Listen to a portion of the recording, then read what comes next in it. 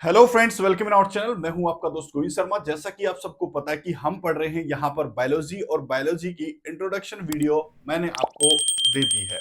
तो अपलोड हो गई होगी वीडियो, वो आपने देख ली होगी। अगर जिस भी बच्चे ने वो वीडियो नहीं देखी है, आप डायरेक्ट सेकंड वीडियो पर आए हैं, तो प्लीज उस वीडियो पर जाकर देखें। दिस 10 मिनट का जो शो है बेटा, इस 10 मिनट के शो में एक टॉपिक मैं आपका डेली करवा दूंगा बायोलॉजी का।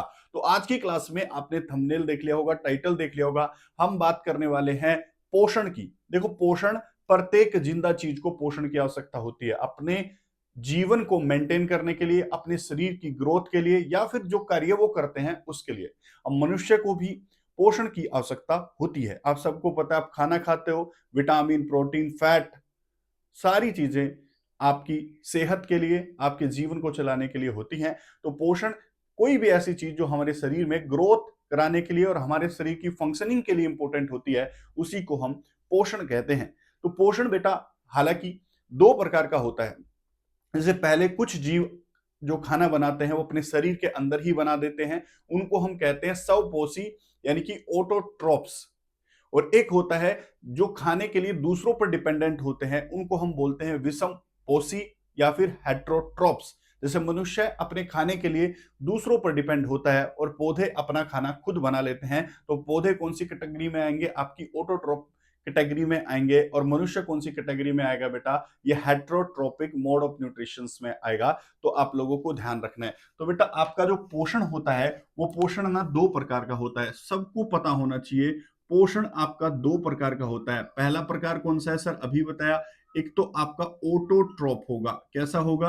ऑटोट्रोप यानी कि स्वपोषी होगा। डेफिनेशन आपको पता ही होगी सर। जो भी चीजें अपना खाना खुद बना लेती हैं उनको हम ऑटोट्रोपिक कहते हैं। तो ये इसमें क्या होगा? खाना खुद बनेगा। खुद कहाँ बनेगा? शरीर के अंदर खाना बनता है, शरीर के अंदर खाना बन जाता है। सर एग्जाम्पल, एग्जाम्पल इसके पौधे इसका सही एग्जाम्पल है। पौधे हो गया, कुछ शैवाल हो गया, और बेटा कुछ बैक्टीरिया भी अपना खाना खुद अपने शरीर के अंदर बना लेते हैं। दूसरा मोड ऑफ न्यूट्रिशन क्या है सर? ये आपका हेट्रोट्रोपिक, हेट्रोट्रोपिक है सर। कैसा है? हेट्रोट्रोपिक यानी कि विषम पोषी। विषम पोषी का मतलब ये हो गया कि उनका खाना अपने शरीर में नहीं बनता, तो वो दूसरों पर डिपेंडेंट होते हैं। किस पर डिपेंडेंट होते हैं? दूसरों पर निर्भर होते हैं खाने के लिए। एग्जाम्पल क्या है? एग्जाम्पल है सर, मनुष्य दूसरों पर डिपेंडेंट रहता है।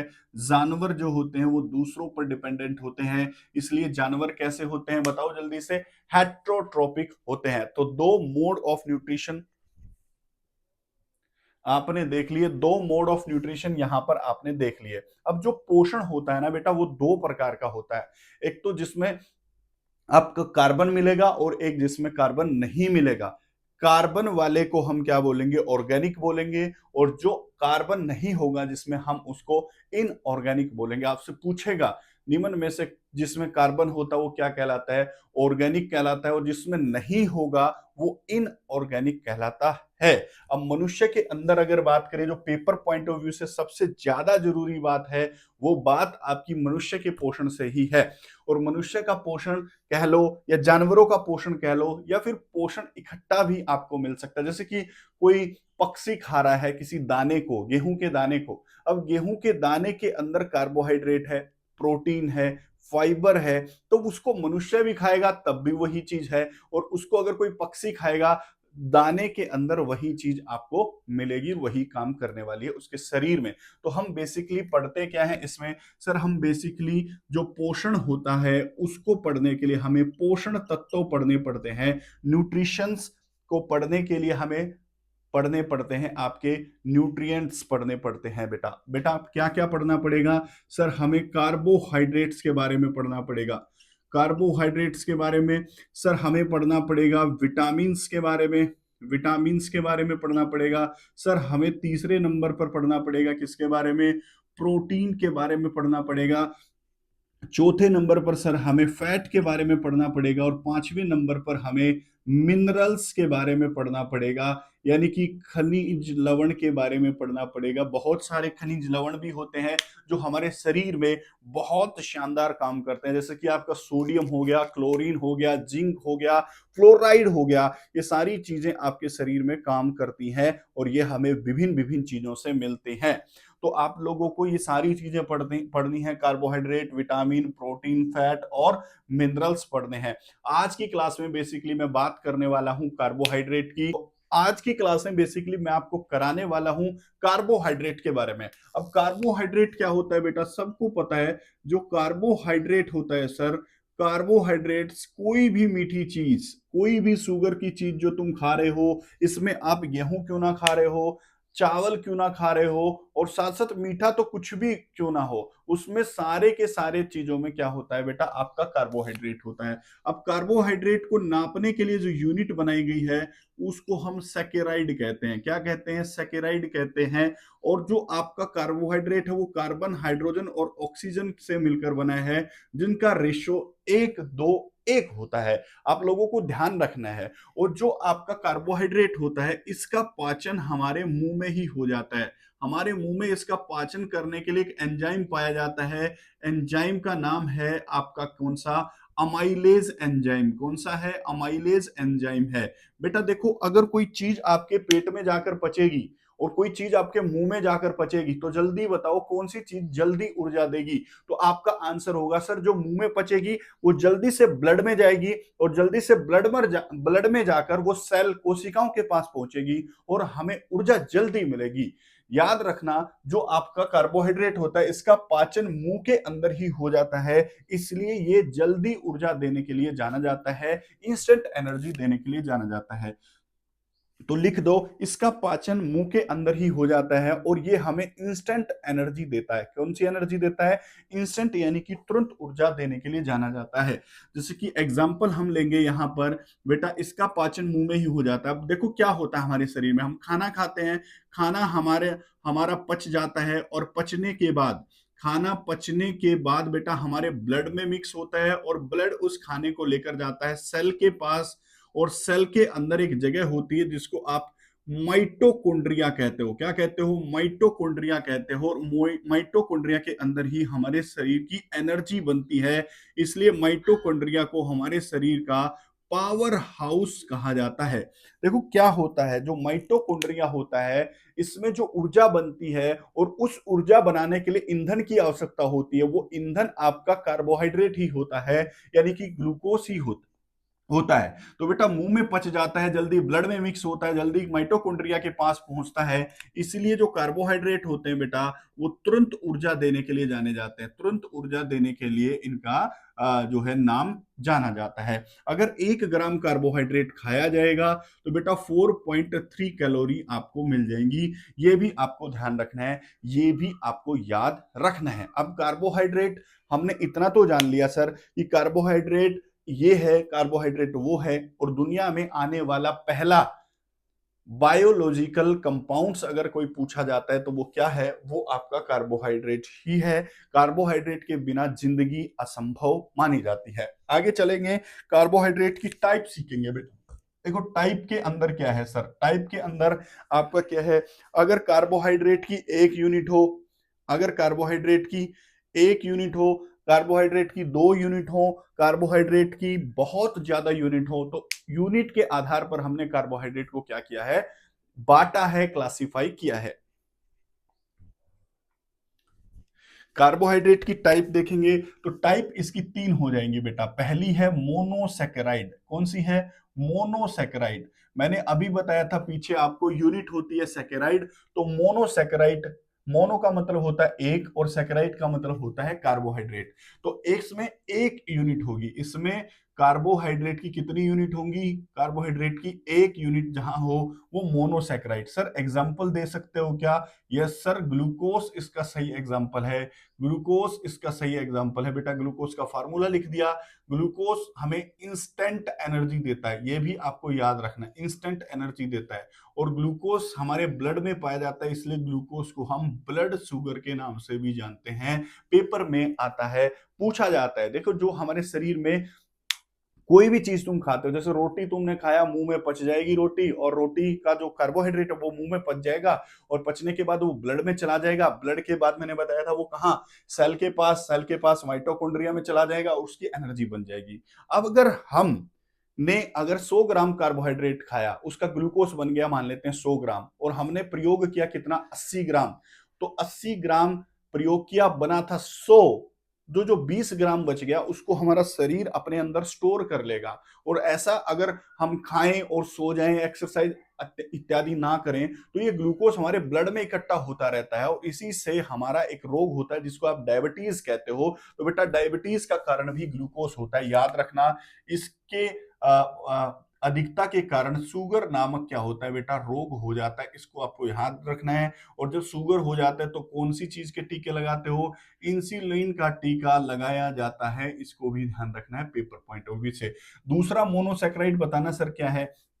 दूसरा मोनोसैकेराइड अगर मैं बात करूं तो यहां पर पहला ग्लूकोज, दूसरा है फ्रक्टोज। कौन सा है, फ्रक्टोज बेटा। दुनिया की सबसे मीठी प्राकृतिक शुगर अगर आपसे पूछेगा तो वो फ्रक्टोज ही है। फ्रक्टोज हमें कहां मिलता है, फ्लो के अंदर मिलता है बेटा, ध्यान रखना, पेपर पॉइंट से इंपॉर्टेंट है। और ये ग्लूकोज तो हमने बता दिया। फ्रक्टोज जो होता है इसकी संरचना थोड़ी सी अलग होती है, फार्मूला ग्लूकोज के बराबर ही है, फ्लो में मिलता है। और दुनिया की सबसे मीठी प्राकृतिक शुगर अगर कौन सी है तो वो फ्रक्टोज ही है।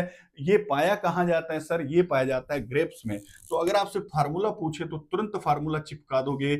मीठी शुगर है, सबसे सबसे मीठी है दुनिया में, दुनिया में प्राकृतिक मीठी शुगर है बेटा। और ध्यान रखना ये पाया कहां जाता है, फ्रूट्स के अंदर पाया जाता है। इसको हम कहते क्या हैं, इसको हम कहते हैं हनी शुगर। क्या कहते हैं, हनी शुगर, शहद में पाया जाता है, हनी शुगर कहा जाता है फ्रक्टोज को। तीसरा एग्जांपल यहां पर अगर हम देखेंगे तो वो है ग्लैक्टोस। बेटा ग्लैक्टोस जो होता है वो बेटा उसका फार्मूला भी बिल्कुल सेम होता है, और ग्लैक्टोस हमें मिल्क के अंदर पाया जाता है, इसलिए इसको हम मिल्क शुगर कहते हैं, दूध वाली शर्करा कहते हैं। आई होप आपको मोनोसैकेराइड के तीनों एग्जाम्पल मिल गए होंगे। अब देखो मोनोसैकेराइड में कार्बन की संख्या 6 होती है, तो जहां कार्बन की संख्या 6 होती है तो इसको हम हेक्सोज शुगर कहते हैं। क्या कहते हैं, हेक्सोज शुगर कहते हैं। और जहां पेंट यानी कि पांच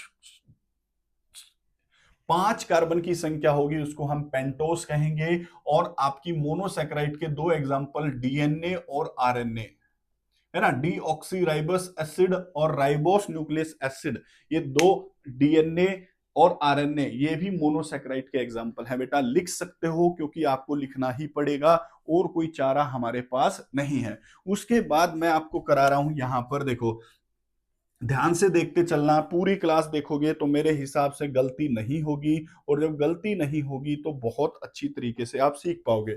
देखो डाइसैकेराइड, डाई का मतलब होता है दो, और जैसी यूनिट, अगर यूनिट 2 से 9 तक यूनिट मिलेंगी कार्बोहाइड्रेट की तो बेटा वो आपका क्या कहलाएगा, वो आपका डाइसैकेराइड कहलाएगा। क्या कहलाएगा, डाइसैकेराइड। तो डाइसैकेराइड के एग्जांपल पहला है सुक्रोज। क्या है सर, सुक्रोज। सुक्रोस बेटा आपका ग्लूकोस प्लस फ्रक्टोज से मिलकर बनता है, ग्लूकोस प्लस फ्रक्टोज से मिलकर बनता है सुक्रोस। और सुक्रोस आपका गन्ने में पाया जाता है, कहाँ, गन्ने में पाया जाता है। और जो टेबल शुगर बनाई जाती है, जो चीनी बनाई जाती है, वो सुक्रोस से ही मिलकर बनती है। ध्यान रखना, पेपर के लिए इंपॉर्टेंट है। उसके बाद दूसरा एग्जांपल यहां पर अगर मैं लूं तो बेटा आपका कौन सा है, माल्टोस है। कौन सा है, माल्टोस। ग्लूकोस प्लस ग्लूकोस मिलकर माल्टोस का निर्माण करते हैं। और बेटा ये अनाजों में पाई जाती है, अनाज में। और बेटा और कहां पाई जाती है, अनाज के साथ माल्टोस जो होती है बेटा वो बादाम में पाई जाती है, बादाम में। और तीसरा एग्जांपल जो यहां पर मैंने लिखना है वो लिखना है लैक्टोस। बेटा लैक्टोस बनेगा किससे, ग्लूकोस प्लस ग्लैक्टोस। ग्लैक्टोस बताया था ना अभी, दूध में पाई जाती है, तो लैक्टोस भी कहां पाया जाएगा, दूध में पाया जाएगा। तो दूध में पाया जाता है आपका लैक्टोस शुगर, कहां पाया जाता है, दूध में पाया जाता है। देखो लैक्टोस मैंने शब्द बताया था आपको कहां होगा, दूध के लिए, तो दूध में पाया जाएगा। एक और एग्जांपल लिख लो, जब हम ज्यादा एक्सरसाइज करते हैं तो हमारी मांसपेशियों में लैक्टिक एसिड बनता है। लैक्टिक एसिड बनता है। बेटा ध्यान रखना, दूध के खट्टे होने का कारण भी लैक्टिक एसिड है, और हमारी मांसपेशियों में ज्यादा व्यायाम के कारण ग्लूकोज से जो ऊर्जा बननी थी, यहां ग्लूकोज से जो ऊर्जा बननी थी बेटा माइटोकॉन्ड्रिया के अंदर, वो ऊर्जा ना बनकर लैक्टिक एसिड बनता है। वो हमारी मांसपेशियों में दर्द का कारण कौन है?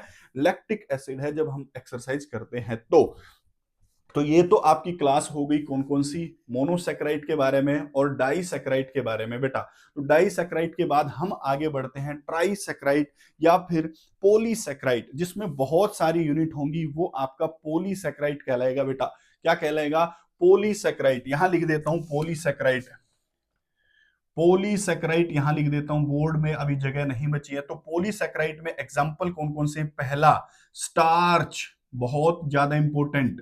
पौधे अपना खाना किस रूप में स्टोर करते हैं? देखो पौधे अपना खाना बनाते हैं और उस पौधे का खाना स्टोर हो जाता है जड़ के अंदर, तने के अंदर, तो वो स्टार्च के रूप में स्टोर होता है। और स्टार्च में बहुत सारी कार्बोहाइड्रेट यूनिट मिलती है, इसलिए स्टार्च को हम पॉलीसेक्राइड कहते हैं। उसके बाद देखो हमारे शरीर के अंदर ग्लाइकोजन, ग्लाइकोजन स्टोर होता है हमारे शरीर के अंदर। मनुष्य खाना खाता है ग्लूकोज के रूप में, फिर ग्लूकोज जो यूज ग्लूकोज नहीं हुआ, एक्स्ट्रा बच गया, वो हमारे शरीर में इमरजेंसी पर्पज के लिए स्टोर हो जाता है, उसी को हम ग्लाइकोजन बोलते हैं। तो मनुष्य बोल लो या एनिमल बोल लो, एनिमल अपना खाना किस रूप में स्टोर करते हैं? तुरंत आंसर आना चाहिए कि सर ग्लाइकोजन के रूप में एनिमल अपना खाना स्टोर करते हैं। उसके बाद तीसरे नंबर पर आप एग्जाम्पल में लिखेंगे सेलुलोज, जो पौधों की कोशिका होती है, पौधों की जो कोशिका होती है उसके बाहर वाला बाउंड्री जो होती है, जिसको आप कोशिका भित्ति या फिर सेल वॉल बोलते हो बेटा, वो ग्लूकोज के एक कंपाउंड से मिलकर बनती है, जिस कंपाउंड का नाम क्या है? सेलुलोज है। और याद रखना मनुष्य के शरीर में सेलुलोज को पचाने वाले एंजाइम्स नहीं पाए जाते, और जो पौधों की आउटर बाउंड्री है कोशिका की, वो सेलुलोज की बनती है। ध्यान रखना, पेपर के लिए इंपॉर्टेंट है। पॉली कार्बोहाइड्रेट के और एग्जांपल है क्या सर? एक चिटीन और एग्जांपल है बेटा, काइटिन बोल लो या चिटीन बोल लो। काइटिन क्या है सर? जो आपके कीट पतंगे होते हैं उनकी बाहर, शरीर के बाहर की कवरिंग जो होती है, वो काइटिन से मिलकर बनती है। अब देखो काइटिन एक कार्बोहाइड्रेट है, पॉली कार्बोहाइड्रेट से मिलकर बनता है, और ये नाइट्रोजन का भी अच्छा स्रोत है। अब नाइट्रोजन पौधों के लिए आवश्यक होता है। कुछ पौधे कीट पतंगों को खाते हैं। क्यों खाते हैं? क्योंकि कीट पतंगों के बाहर का आवरण नाइट्रोजन से बना है, और नाइट्रोजन पौधों को मिल जाएगा, क्योंकि नाइट्रोजन पौधों के लिए एक बहुत जरूरी तत्व होता है। तो कार्बोहाइड्रेट्स की पोलो कार्बोहाइड्रेट, मोनो कार्बोहाइड्रेट, और ये सारी चीजें आपको मोनोसेक्राइड, डाइसेक्राइड यहां पर लिखा और पॉलीसेक्राइड यहां पर लिखा। क्या आप लोग समझ पाओगे क्या? यस सर समझना पड़ेगा, यस सर लिखना पड़ेगा, यस सर ये बोर्ड आपको चमका देगा मेरे भाई। तो आप लोगों को ध्यान रखना है, सारी चीजें आप लोगों के सामने मैंने यहां पर रख दी हैं। तो पॉलीसेक्राइड के एग्जाम्पल आपने यहां पर देखे, तो वो भी आपको ध्यान रखना है, वो भी आपको याद रख लेना है। तो बेटा जो जो क्वेश्चन पूछे लगा देना लंका एग्जाम में। मां सरस्वती आपका साथ देगी। जय हिंद, जय भारत। अगली वीडियो में मिलेंगे किसी और टॉपिक के साथ।